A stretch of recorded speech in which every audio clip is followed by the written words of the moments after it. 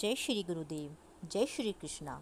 एकादशी कथा क्रम में आज सुनते हैं भाद्रपद के कृष्ण पक्ष में पड़ने वाली अजा एकादशी की कहानी।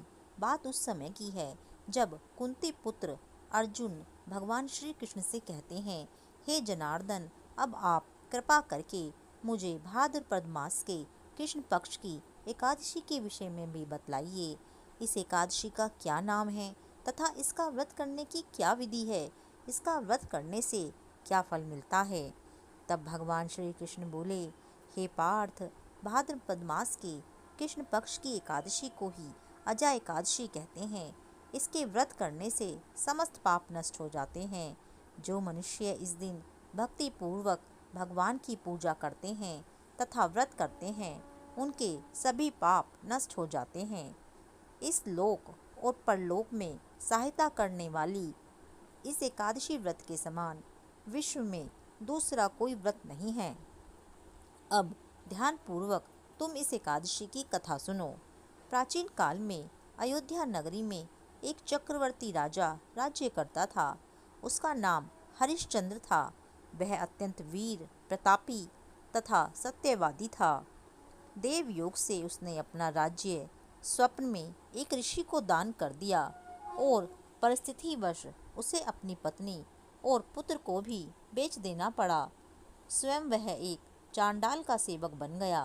उसने उस चांडाल के यहाँ कफन लेने का काम किया, परंतु उसने इस आपत्ति के काम में भी सत्य को नहीं छोड़ा। जब इसी प्रकार उसे कई वर्ष बीत गए तो उसे अपने इस नीच कर्म पर बड़ा दुख हुआ और वह इससे मुक्त होने का उपाय खोजने लगा। वह सदैव इसी चिंता में रहने लगा कि मैं क्या करूं, किस प्रकार इस नीच कर्म से मुक्ति पाऊं। एक समय की बात है, वह इसी चिंता में बैठा हुआ था कि गौतम ऋषि वहां आ पहुँचे। राजा ने उन्हें प्रणाम किया और अपनी दुख भरी कथा सुनाने लगा। राजा की दुख भरी कहानी सुनकर महर्षि गौतम भी अत्यंत दुखी हुए और राजा से बोले, हे राजन, भादों के कृष्ण पक्ष की एकादशी का नाम अजा है। तुम उस एकादशी का विधि पूर्वक व्रत करो तथा रात्रि को जागरण करो। इससे तुम्हारे समस्त पाप नष्ट हो जाएंगे। गौतम ऋषि राजा से इस प्रकार कहकर अंतर ध्यान हो गए। अजा नाम की एकादशी आने पर राजा ने मुनि के कहे अनुसार विधि पूर्वक व्रत तथा रात्रि जागरण किया। उसी व्रत के प्रभाव से राजा के समस्त पाप नष्ट हो गए। उस समय स्वर्ग में नगाड़े बजने लगे तथा पुष्पों की वर्षा होने लगी।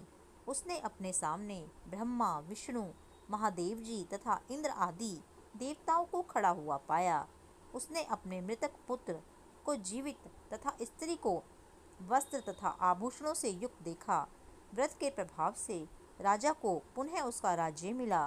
वास्तव में एक ऋषि ने राजा की परीक्षा लेने के लिए यह सब कौतुक किया था, किंतु अजा एकादशी के व्रत के प्रभाव से सारा षड्यंत्र समाप्त हो गया और अंत समय में राजा हरिश्चंद्र अपने परिवार सहित स्वर्गलोक को गया।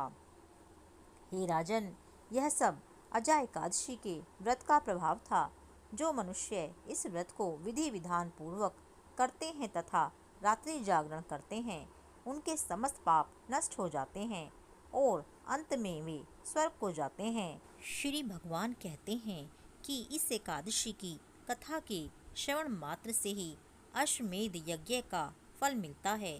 साथ ही यह कहानी हमें शिक्षा देती है कि प्राणी को ईश्वर के प्रति पूरी निष्ठा रखनी चाहिए। कठिन परिस्थितियों में भी जो सत्य का मार्ग नहीं छोड़ते, वे स्वर्ग के अधिकारी होते हैं। सत्य की परीक्षा कठिन परिस्थितियों से ही होती है। अतः ईश्वर पर पूर्ण विश्वास रखते हुए सत्य का पालन हम सभी को करना चाहिए। जय श्री राधे, जय श्री कृष्ण।